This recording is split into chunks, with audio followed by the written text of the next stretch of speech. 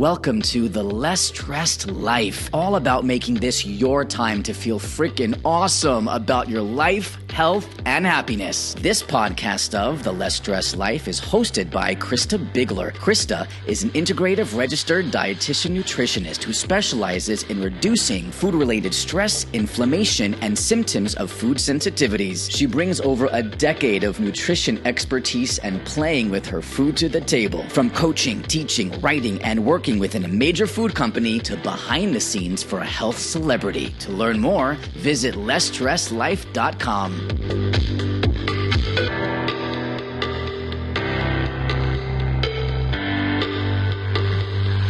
All right, today I am really excited to be having someone that I've admired for a long time. Her name is Ayla. Should I call you Ayla Withee Barmer? Is that how you go? You go by Ayla Withee? Ayla Withee, yeah, professionally, and then Barmer's my married name, so I just like to confuse everyone. Exactly. So Ayla is a different kind of dietitian, is what one of her online profiles said, and I've loved that. She's a registered dietitian nutritionist with extensive training in integrative and functional medicine, meaning she looks at the whole person. She specializes in women's health and gastrointestinal issues.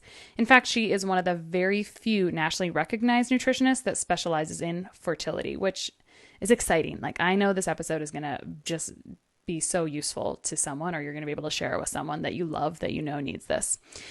Ayla works with individuals in person and virtually through her private practice, Boston Functional Nutrition, and is the co-founder of Nourish Your Fertility. And I wonder how many times I'll stumble on that word today. An online program for women looking to conceive naturally and improve their reproductive health. And I think that's amazing. That just goes so far. So thank you so much for joining me today, Ayla. Oh, I'm so excited to be here. Yeah, you are going to be bringing just some stuff that people just don't even realize about fertility nutrition. And how I know you, I knew you before you knew me, because I bought a webinar that you did for dietitians about pre and postnatal nutrition, probably back maybe fall of 2015, I think it was. I was in that season of life where I was postpartum, really kind of cared about self-care and things, really just was intrigued by pre and postnatal nutrition more so than I'd been before, because I'd had 2 back-to-back babies. I was helping other people with it. And I remember I didn't have high expectations going into the webinar. And I remember thinking, dang, this girl really knows her stuff. I love all the research that she did, because in the past, when I had studied some types of, what I would almost call it alternative medicine, I studied alternative and other things for a long time before I really got into the mix of the evidence-based integrative nutrition. People didn't back up their stuff with evidence like you had in that webinar. And I just really appreciated that. And I thought, well, this is exactly what I'm looking for. She must be an anomaly. But I loved it. And so ever since that, I've been super impressed. And, the world is just small. And sometimes you end up in similar groups and walks of life. And long story short, our paths have crossed a couple of times. And here we are. And I just appreciate that so much, because I really love small world connections. So I'm glad to have you. Oh, well, that's awesome. I love that you listened to that. Hopefully one of these days we'll get to meet up in person. It feels like you really get to know someone virtually sometimes. Absolutely. It really, really does. It's awesome. And that's kind of a joke on here a lot. I'm like, I met this person online, which would have been maybe weird 4 years ago. And now it feels like they're all best friends. And the last podcast episode I did was just talking about how, we finally get to meet in person. It's going to be so exciting. I feel like I've already known you, so it'll be fun. So you have a couple niches now, but that wasn't always the case, Ayla. So we're going to talk a little bit about fertility, but how did you decide to pour more into serving women trying to conceive in that whole area? Yeah. Well, and actually the 2 niches actually kind of couple together pretty nicely with fertility and gastrointestinal digestive issues. A lot of fertility issues can be rooted in gastrointestinal issues. So I find that I continually am doing kind of both of those work in both of those areas. But I think this is it's evolved over the years. Probably 6 or 7 years ago, I had my first case, it was a woman undergoing, I remember it really well because it was really a pivot point for me in my practice and the way I thought about what nutrition and lifestyle interventions could do, for someone. And she was coming to see me because, she was getting ready for a round of IVF. She was put on Clomid, which for listeners that don't know what that medication is, it's a fairly aggressive medication, but it's used pretty routinely, to kind of stimulate ovulation, just in simple terms. And,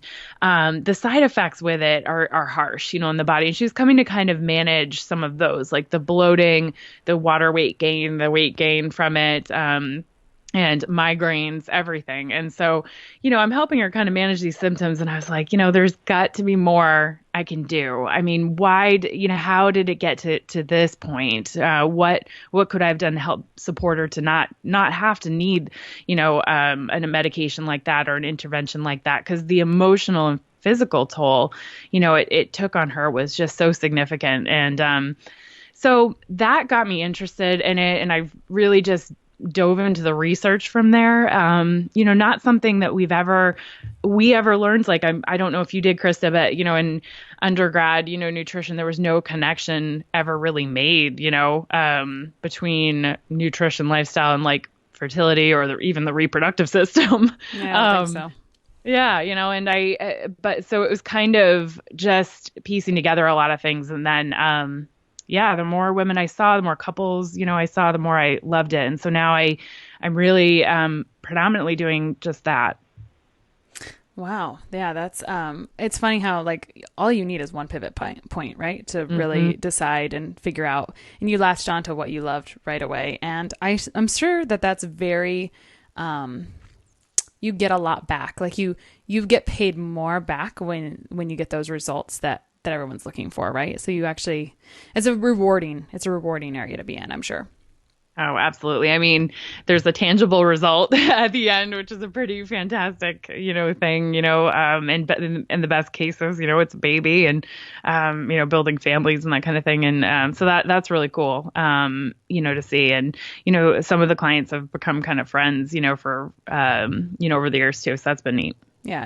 That's when you're in the right place, when you are working with people that you want to be friends with. Right. So exactly. So what does your typical, so I hear what happened. This woman came in for some other things. You're managing those side effects. And then you realize all the potential as you kind of unravel this case and really be the investigator that you are and functional and integrative professionals are to really find that root cause.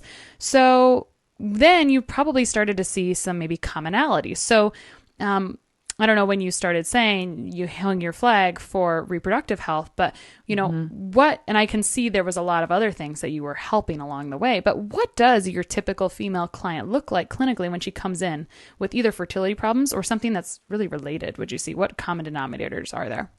Yeah, sure. Well, and I'll start by saying I think the majority of my clients are women, although I do work with couples too. And I think maybe we'll touch on at some point, like male factor, infertility.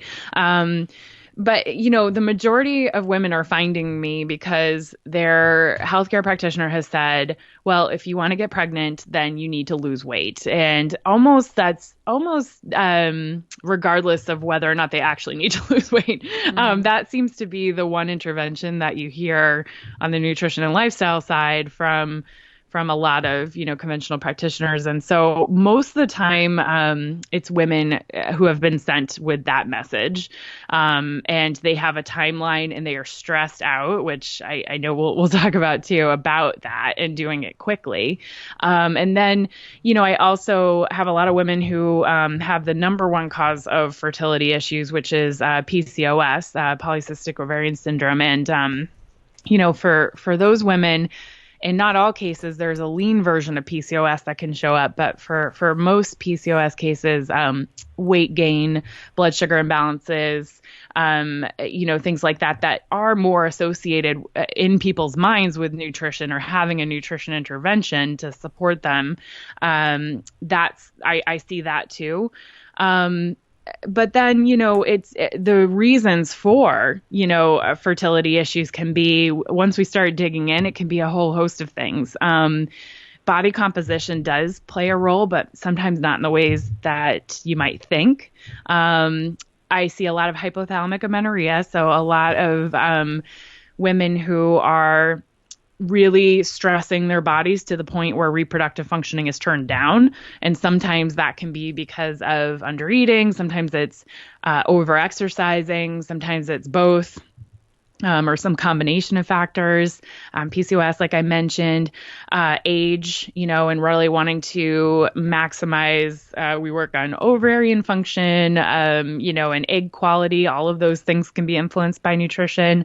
A lot of just period problems, where, I think women are, intuitively know, something's up, like they're, this, and I can't get an answer, I'm told just to go on birth control or, take a medication, but I know that something is off with my cycles. So I see that too quite a bit. Mm-hmm. Yeah. And speaking of cycles, I mean, how often is a cycle actually 28 days, really? I think that those are often, I actually had, everyone likes to talk about pregnancy and their experiences and all those things. And I remember I have never had a baby that wasn't induced because the due dates were always off. And I'm like, well, you can't always base everything on a 28-day cycle, because I'm not sure that everything is so fits in a box so much. But I like how you mentioned that we kind of know intuitively something is off. And I even hear people going back to digestive issues, like sometimes my mouth drops open now when people tell me, well, I haven't pooped in 3 days, or there's times, and I think people know, once they hit a week or a long time and they feel really constipated, obviously they know. But for a lot of people, if they poop once every other or once every 3 days, like they might consider that they're normal, and that's not necessarily normal. And so you sort of just always get used to like what you think is normal, when really it's basically kind of a manifestation of stress in one way or another, basically. And by the way, couple things real quick. Did you mention that PCOS was polycystic ovarian syndrome? And what does that look like? So in case someone's listening and might want to know that. Yeah. Some signs of that are if your cycle is longer than 35 days, that can be a sign that potentially there's PCOS. Not always. That definitely is not. It's a combination of factors. But the hallmark kind of signs of PCOS are blood sugar, insulin imbalances. So you'll have on your lab work that you usually get routinely done at physicals, elevated high, blood sugar, fasting blood sugars, fasting insulin, hemoglobin A1C. So those are a couple of numbers that you'll see higher.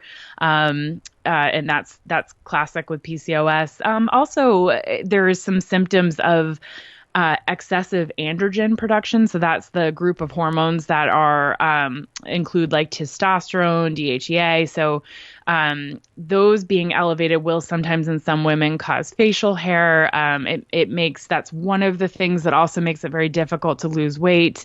So you'll see that acne, hair loss, as well. So there's a number of things, but the way it's really diagnosed, if you think that could be a possibility, it is diagnosed by an ultrasound. So they look for this like pearl-like strand of cysts on the ovaries. And again, it's really the most common fertility issue. And there's another version of that a lot of people don't know about or doesn't get talked about. That it's like a non-technical term for it is lean PCOS. So none of those kind of hallmark symptoms really, except usually there is still some blood sugar, insulin imbalances, but you might be a normal weight or even underweight and not have, acne, facial hair and all that and still have PCOS. Interesting. Do they diagnose that one different or the same with ultrasound? Same way. Yeah. So same with the ultrasound. But actually, this is a really good reason what we were just talking about too. And for that, why I always recommend, whether or not you're trying to conceive, or if you're having difficulty conceiving, I think all women should consider tracking their cycles. It gives you so much good information. Yeah, we should talk about, where can people start doing that? Do you recommend like a certain app? Yeah, my favorite is Kindara. It's Kindara, and I think it's a very user-friendly, free app. And it allows you to put in as much data or as little data as you want. And they have a lot of like good tutorials and tips and message boards and things like that. It's all private, unless you share. But it's a great way to start understanding your cycle. And I mean, because when it comes to cycles, it's all about patterns and identifying patterns. So it could be nice for that reason. Mm-hmm. Interesting. Very good. So going back real quick, you said some people, they probably maybe started coming to you initially because their practitioner told them that if they want to get pregnant, they must lose weight. And really, that kind of made me, I like had to highlight and put question mark. Like, what does lose weight even really mean on the back end? I mean, because there's an underlying issue typically, and sometimes it's very simple and sometimes it's not very simple. When you have hormone stuff, which insulin is a hormone, right? So that's affecting PCOS. Like for us, as you're talking, I kind of take you lots of notes and I'm like, oh, circles around back to this or this function, because it kind of circles around to the health of our organs, which are nourished by the health of our food. And, if we just have to be super basic about it, right? Nourish your body, your organs, they'll work more properly. Your gut will work properly, depending what stressors are coming into that. But yeah, this stuff is all so linked together. And I know people will come to me and they'll say, I need to lose weight. And they'll have 10 barriers. And it's like, let's just figure out what the real barrier is here. I mean, there's something else. This is just the superficial thing that people are focusing on, but there's so much more underneath, really. Yeah, I mean, I completely agree with you. And I think I always think of it or describe it really as, I mean, your weight, even higher weights, excessive weight, like that's a symptom of something else going on. It never is like the root cause. And you never can really, you're always going to hit kind of a brick wall eventually with the weight loss and trying to manage your weight if you don't get at the underlying stuff going on. And sometimes, weight loss just isn't appropriate. It's actually a stressor on the body, and it makes matters worse when it comes to fertility. And it does it actually in a couple ways. I mean, the biggest way is as you, and most of the time, women who are told to lose weight to get pregnant feel a lot of pressure, like the clock is ticking and they need to do it fast. And so they may not choose the healthiest way. They may start to just like really drastically cut calories. And that is the worst thing you could do for your fertility. Because if you go too low in calories, and that's a little different for everyone, but I usually set that point at like a couple hundred calories above your what's called your basal metabolic rate, which you can figure out with some calculators online and get kind of close. But just kind of keep that in mind. If you go approach that or go lower than that, then your metabolism starts to turn down, and that our metabolism and our reproductive systems talk to each other. And so your reproductive functioning will turn down. So things actually become worse off typically when women try to lose weight, kind of especially aggressively prior to trying to conceive. For sure. So on this topic, I think you were going to mention, we were talking earlier, we were messaging back and forth, and I know we were talking about literally what stress kind of does to our reproductive and fertility system. And you have there's a tongue twisting word for that. So go ahead and tell us a little bit more about stress and fertility. Yeah, sure. So what they call it, or some people call it, is the pregnenolone shunt. And I didn't say that right for like a year, and I was like still calling myself a fertility expert. But basically, pregnenolone is the precursor for all of our reproductive hormones. But if you think about it, it starts at the top of, like, if you think about like a little chart here, it's a bucket, and the resources, the pregnenolone will be either used to make reproductive hormones or in times of stress. So when your body needs to produce cortisol, adrenaline, and epinephrine, what it's going to do is divert resources away from producing reproductive hormones towards producing those stress hormones. So it steals pregnenolone. Our stress hormones steal pregnenolone away from producing reproductive hormones. That's a much more simple way to explain it. Should have just started out there. stealing from Peter to pay Paul. Yeah, exactly. Right. And that, if you think about it historically, right, like that was an evolutionary, like, win or, an advantage, when we were being chased by a tiger, like in times of acute stress, but now chronic stress, we needed resources to like keep our heart beating, mental alertness, allow us to do the priority kind of things. And our priority wouldn't have been reproductive health, right? It wouldn't have been, and also digestive health, right? Our immune function, our digestive function, our reproductive function, that all gets turned down when our stress hormones are up. Mm-hmm. And we probably didn't have as many stresses on our gut health back then as we did today, because we were hanging out in the dirt, diversifying our microbiome. Like other little soldiers. Yeah, exactly. We had all kinds. Who knows? But that is interesting. And just to think of a real world example of that, I can think, because we can all think of these people in our lives that have had fertility issues. And I can think of at least a couple people that I just knew very clearly had issues with trying to conceive, and they're very stressed out, right? Like you said, because they feel like, oh, I really have to get this done. And immediately a couple things happened where I saw someone was notified that they were going to get a baby through an adoption, and then the next month pregnancy, right? Because that stress kind of relieves. I think the same thing happened another time. Someone actually did adopt.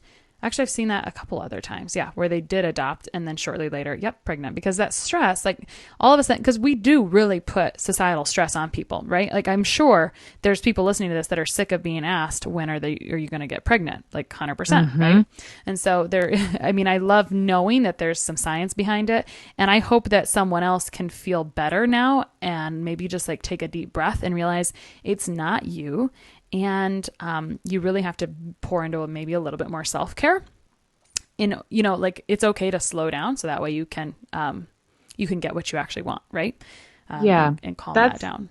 Yeah, I think that's such an important message for people to hear. And I try to tell women too, is that when I describe that, like how that works, on the hormone level with stress, definitely not saying it's your fault. Like you just need to relax. Like that's not the message. Mm-hmm. It's we're living in a different environment than when we were dealing with our stressors were getting chased by a tiger or something. Mm-hmm. We didn't have the other types of stressors, which we don't typically think of, like, constant exposure to screen light, like the blue lights, in screen, which that actually messes with hormones and melatonin production, which is a hormone particularly important for the reproductive system. But there's a lot of things that are just in our environment and in our modern world that our body perceives as stressors. So it isn't just a matter of relaxing, but it is a matter of like trying to take like straws off the camel's back, so you can just, you don't have so many to deal with, and you've got good strategies to help combat, them. I love that. And I love that you're being comprehensive. And I always talk to people, anytime I talk to people, usually I talk to them about, taking out the four stressors, and then that environmental stressor is totally one of them too. And you're exactly right. I love that and that's why it's so nice to talk to someone else, and then they're coming up with all the other pieces as well. So that's good. And some things, I think that a lot of people aren't even aware of the impact of blue light yet, on melatonin. I know it's becoming more popular, and we see that and we see more stories about it, but I still feel like it's pretty new, up and coming, and maybe people haven't heard about it that much yet. Yeah, melatonin production is just truly dysfunctional in the majority of the population. I will just say, and I've seen that in practice and from testing it and, and all sorts of things. But, and that's such a key one. But there are like these like amber blue light blocking glasses that you can get off Amazon that are pretty cheap. And that's a nice option. And even like some of those apps are like blue light screen dimmers that are built into your phone now. Like small steps like that can definitely help quite a bit. Mm-hmm. Cool. So how about, is there anything a woman should be aware of or on the lookout for if she's not yet trying to conceive, but planning for it on the future? Because no one really plans to have trouble with it, right? So what advice do you have for that woman? Yeah, I would say number one, start tracking your cycles and get an idea of the length of them, what they look like, and you can start to develop some patterns. That's a good thing just to start doing, so you have some information. And get up and close and personal with your body. Really, there's some signs, of fertility that women should know about and can really help you make some nutrition changes. So one of them, and maybe your listeners didn't bargain that I was going to get into this, but one of them is cervical mucus, and you just making sure you see that every month, and that's there because that's key for fertility. And being hydrated, eating enough fat and good fat sources like fish and your walnuts and good quality source fats. Olive oil is a really good one. So that, as well as protein for cervical mucus too, also really important. So that's one step, I think, if you're starting to think about pregnancy, as well as just there's a tool that I like to kind of get a sense of what your diet looks like. Called Chronometer, and they have a free version of it. I never used to be really into like tracking everything. I really prefer to teach the women I work with and clients I work with a more intuitive approach. But if you want to get a sense of the gaps or holes in your diet, plug in a few days, and don't be crazy about it, but just like, roughly plug in a few days into Chronometer, and you can kind of see where you're at and what's missing. It helps with targets. Yeah, I agree. I am not a huge tracker because I don't like to do it myself, but we need that data sometimes because otherwise we're kind of like I'm not sure what's wrong because I don't have any data to look at. And as soon as you have that data, sometimes it's easy to see the gaps and the holes, or, if you track it and you don't see them, then ask the expert, right? Because they might be able to see something that you don't. That's very clear for us, or maybe someone else, very clear for us, but not for them. So yeah. And one more thing to add to that women can start doing if you're motivated, it takes a little, although there's a couple tools that can help with it.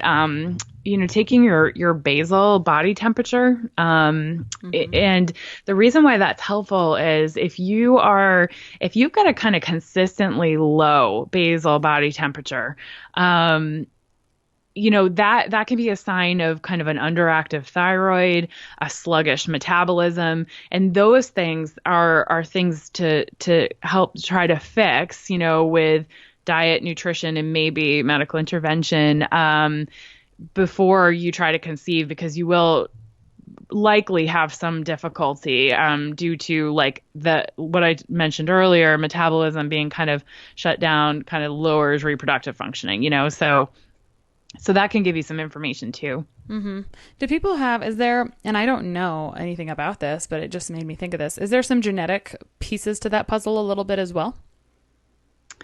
With like a lower basal body temperature? Well, in general, like genetics and fertility. Oh, absolutely. Yeah. Yeah. I love like when, a woman comes with like a 23andMe, like, raw data file or something, but there are some really good, some interesting genetic SNPs related to fertility. I mean, one that gets talked about quite a bit is MTHFR. There's quite a bit more to I don't know how deep we want to go into that here, but MTHFR, the BCMO1 gene, which relates to how you convert plant-based vitamin A versus animal-based vitamin A, and whether or not you can do that well from plants. That's vitamin A is a really important fertility nutrient. And so if I'm working with a vegetarian or a vegan, we may look at that gene and just make sure that needs are met. If there's an inability to convert very well or efficiently. So that's important. There's also a bunch of genes that can point to whether or not you get rid of excess estrogen efficiently.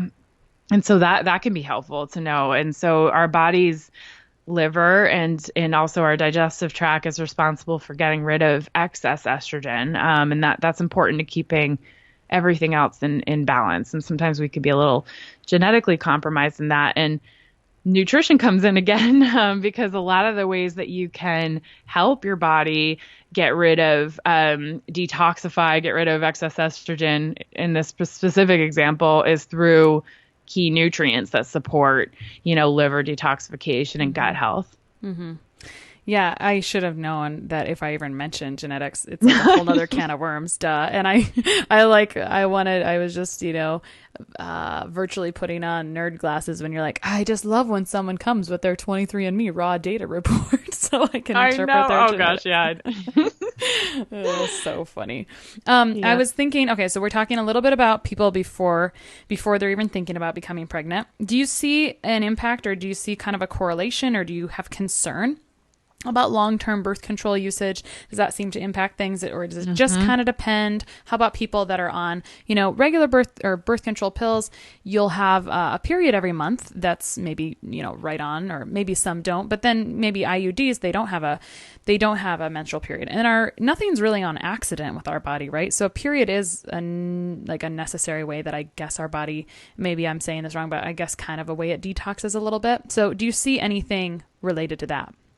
Yeah, absolutely. So with the birth control picture, there's a lot of different options and a lot of different things. But if we take, for example, the hormonal birth control pill, which is probably the most widely used form of, contraception, that kind of, there's a couple issues. One, it depletes key fertility nutrients. The longer you take it, the more depleted you tend to get. So folate, B12, those are really important nutrients to go in with good stores to pregnancy with. And if you've been on birth control for a while, you are likely depleted in those. It also, I've heard, birth control, especially the pill, described as basically a sledgehammer to like your hormones. Like it just is so aggressive. And it suppresses, the nature of most of them is just to suppress, a lot of hormones really significantly. And that can be problematic. It doesn't, first of all, it can kind of cover up any underlying imbalances. I know a lot of practitioners will say you can be on hormonal birth control long term, but I do think if you're thinking about conceiving, it's worth considering stopping a hormonal birth control option early, 6 months, even a year, ideally, prior. I know that sounds like a lot, but just to start tracking your cycles to see what they look like, because it can take a little while to start to normalize cycles, if there's something awry. And, I should say, choosing a birth control option is absolutely every woman's decision. But what I feel like never is told, to women is that there are other options. Like you don't have to do a hormonal or even non-hormonal like IUD, like birth control option. Like cycle tracking and sort of the fertility awareness method, is really quite effective, and that's an option, and there's ways to do that and naturally avoid pregnancy. So I just feel like that message never gets communicated, and so women should know that. Mm-hmm. Well, we like easy things, right? So yeah, and each to his or her own, for sure. But I think at the end of the day, like education is always our best defense. And so when you said kind of stopping hormonal birth control early, especially I would say if you've seen maybe a family history of any issues with conception, right, it might not be a bad idea, because that gives you extra clues about what might be in play for you, possibly. Yeah, exactly. Yep. Okay. So we talked about how stress impacts our hormones related to fertility. We talked about what women who are thinking about becoming pregnant should do.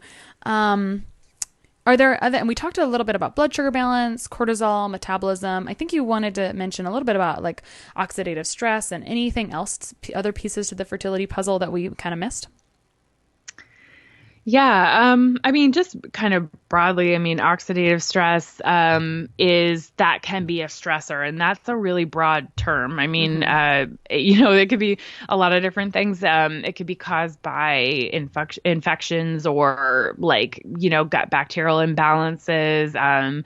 It could be caused by not having enough nutrients like antioxidants to help combat, neutralize free radicals that are produced just naturally every day by bodily processes and even the foods we eat. So oxidative stress is a broad term, but it can be a stressor on the body. And so the biggest strategy there is to have a wide variety of colorful, fruits and vegetables and good whole foods, less processed. I think my biggest tip tends to be one of the first things that I work on with my clients is switching their types of fat, from the predominantly processed vegetable oils that are really pervasive in our diet to more like extra virgin olive oil, maybe coconut oil, maybe a grass-fed butter, just whole real fats versus the more processed vegetable ones. So that I think is that's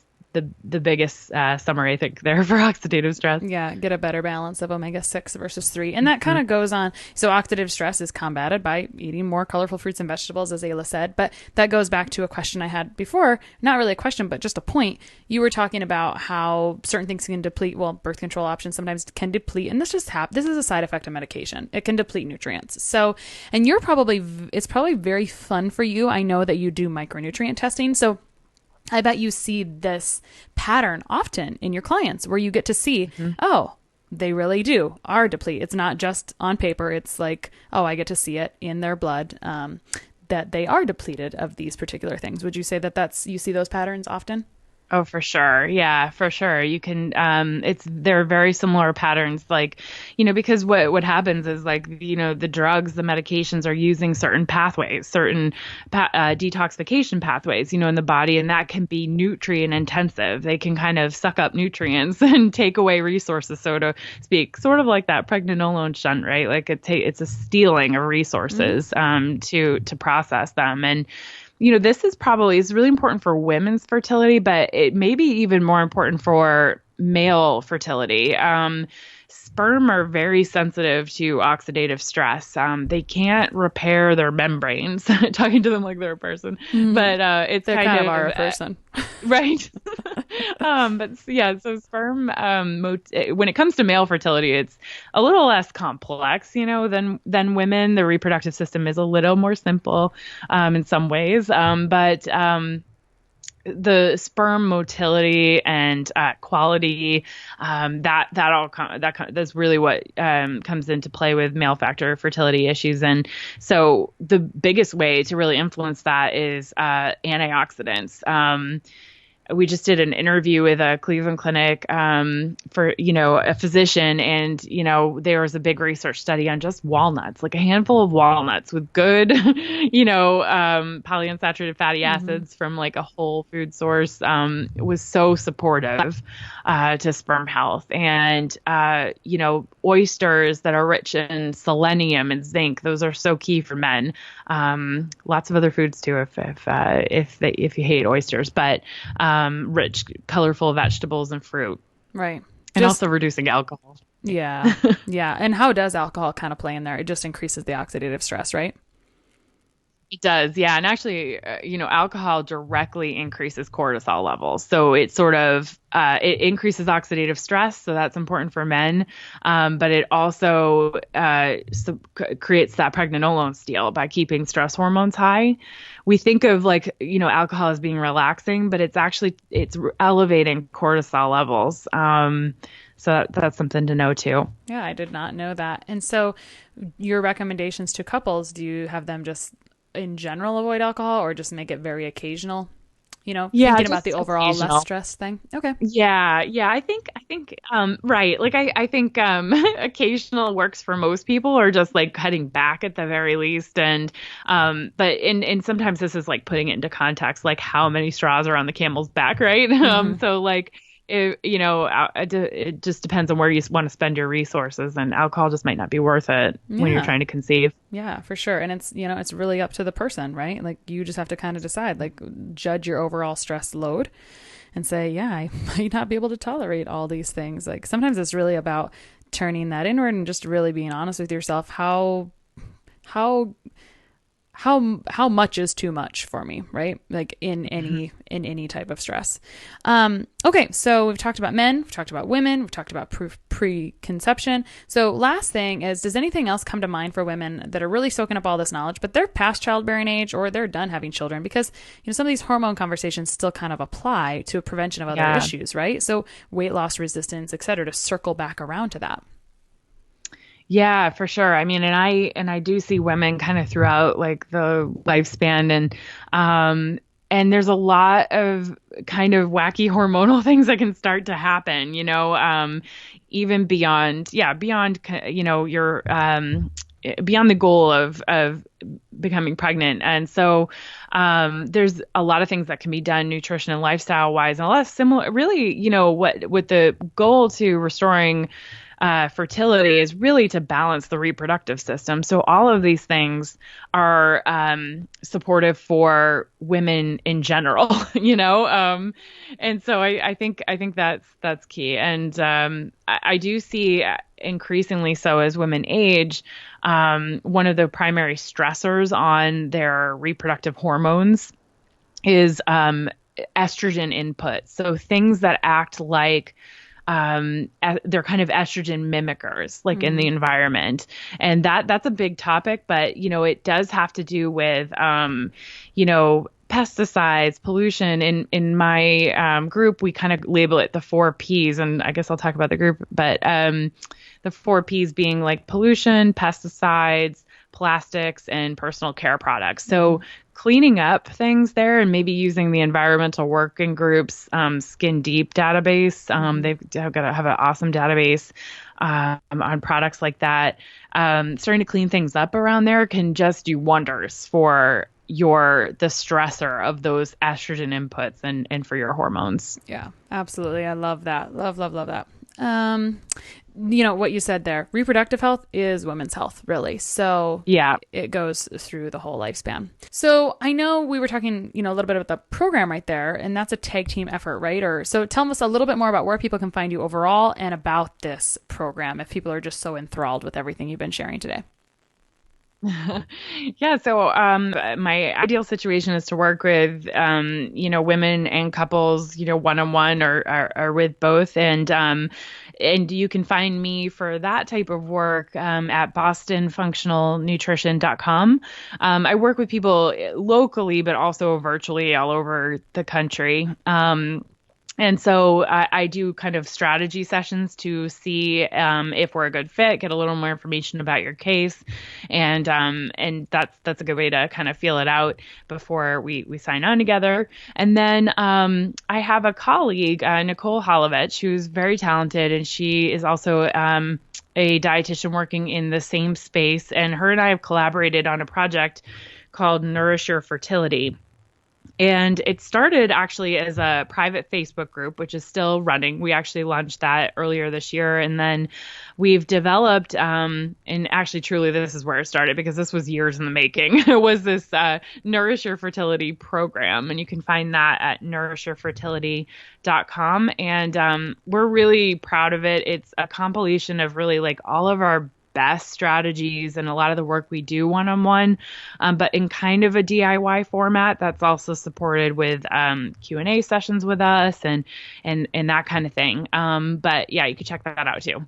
Awesome. That's wonderful. Okay. So Boston Functional Nutrition, the Nourish Your Fertility Facebook program, and nourishyourfertility.com is where people can find you, right?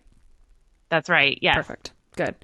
Well, thank you so much for dropping I'm sure that any woman will be like, wow, because that's the thing. Like women are incredible. Like, well, we're all incredible beings and bodies, but like we have a lot of things going on. Right. And so, there's just so much we can always know about ourselves. We can always strive to learn a little bit more because when we know better, we do better. And so, so I think that, you gave us a lot of places to start, and you gave us a lot of pieces, Oh, I have one more question. I forgot to ask you my signature question there because there was I wrote so many notes around it. I didn't even see it. If you had to give like a one piece of advice to someone listening that definitely feels like he or she has some issues of any of the things we've been talking about, PCOS, whatever, what would you tell them right now? Where can they start today to get going to, like, because sometimes we listen to this call and we're like, there's so much great information. If you had to distill it, what's the one thing you would tell someone to start with today? Yeah. Well, broadly, I would just love if the main message I'm hoping is that women know or feel empowered, that, they can take their fertility in their own hands. There are cases where there are, sort of issues that can't be reversed, but I think just know that and be your own advocate, start there, being your own health advocate and pushing back or trying to get a little more information from your healthcare provider on options, for your fertility. It really is your decision. So I think that's huge. And also, it's not, it's not super complicated oftentimes. I think a great place to start is balancing your meals to help balance blood sugar regulation. So that's whether or not you have PCOS, whether or not you think you are or suspect you have blood sugar issues. I find most people could use a little bit of support with balancing those out, and that's a major stressor, for people. So I think balance is what I would say, and just be your own health advocate and feel empowered, that there is a connection between fertility, nutrition, and lifestyle, and you can influence it. Absolutely. And you don't have to take off, you don't have to bite it all off at once, and you don't have to do it by yourself. No. There's people like Ayla. Well, really there's not a lot of people, but you guys are kind of the progressive revolutionaries in this area a little bit. And so there's people that will kind of break it down for you step by step. And sometimes it's just worth it to get that help a little bit so you can also kind of reduce that stress and not be so worried about it and know that you're in good hands. And no matter what, listen to this episode again and take more notes and just decide on your own takeaways. There's just a lot of good stuff here, and share it. Absolutely share it with a friend that could benefit as well. So thanks so much for coming on, Ayla. It was a joy. I learned a lot of things as well, and that is why I love doing this, and I love having this grown-up time with people, and it's just great. So I appreciate you so much. Thanks for having me, Krista. Yeah.